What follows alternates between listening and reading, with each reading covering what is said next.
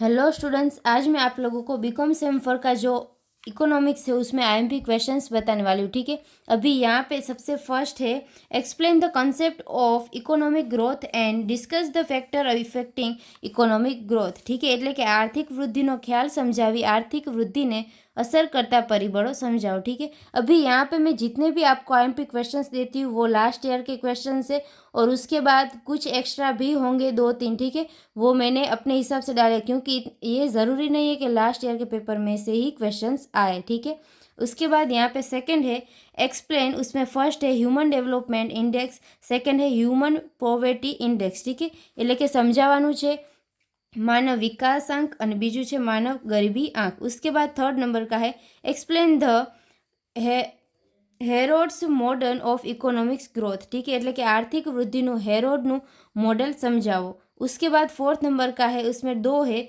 First है discuss the limitations of balance growth और second है एक्सप्लेन द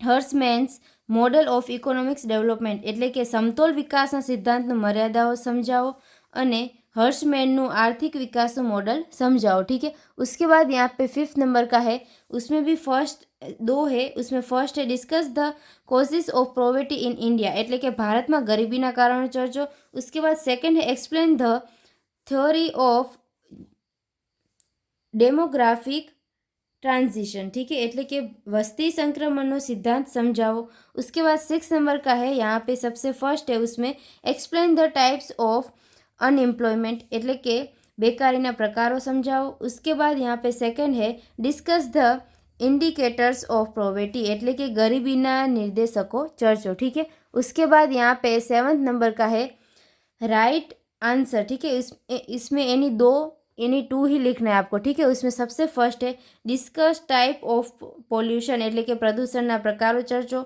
उसके बाद सेकंड है एक्सप्लेन ઓટો પ્રોટોકોલ। ठीक है, ક્યોટો પ્રોટોકોલ એટલે કે ક્યોટો પ્રોટોકોલ સમજાવવાનું છે। उसके बाद थर्ड है કાર્બન ક્રેડિટ્સ રાઇટ નોટ। ठीक है, એટલે કે કાર્બન ક્રેડિટ ઉપર નોંધ લખવાની છે। उसके बाद फोर्थ है explain the causes of income inequality, એટલે કે આવકની અસમાનતાના કારણો जनाओ। ठीक है, उसके बाद यहाँ पे आगे एट्थ नंबर का है explain the economic growth model of Domar. ठीक है, એટલે કે ડોમરનું આર્થિક વૃદ્ધિનું મોડલ સમજાવો। उसके बाद 9 नंबर का है, यहाँ पे एक्सप्लेन अनबैलेंस ग्रोथ मॉडल, એટલે કે असमतोल वृद्धिનું मॉडल समझाओ। उसके बाद यहाँ पे आगे है 10th नंबर का explain the causes of population growth in India, એટલે કે વસ્તી વૃદ્ધિના કારણો સમજાવો। उसके बाद 11th नंबर का है discuss the effects of poverty and unemployment on economy, એટલે કે ગરીબી અને બેકારીની અર્થતંત્ર પર અસરો ચર્ચો।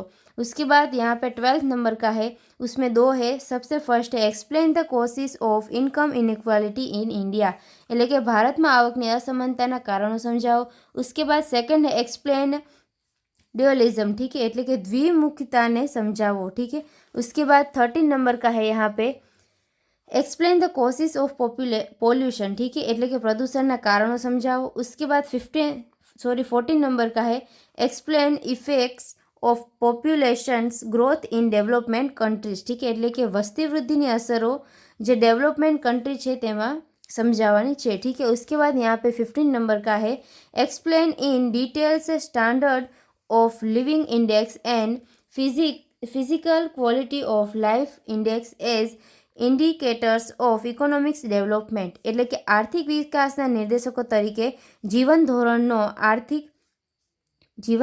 નિર્દેશક અને ભૌતિક જીવનની ગુણવત્તાનો નિર્દેશક વિશે सविस्तर जनावो। ठीक है, उसके बाद यहाँ पे 16 नंबर का है give the meaning of economic development and explain difference between economic growth and development, એટલે કે આર્થિક વિકાસનો અર્થ આપી આર્થિક વૃદ્ધિ અને વિકાસ વચ્ચેનો તફાવત સમજાવો।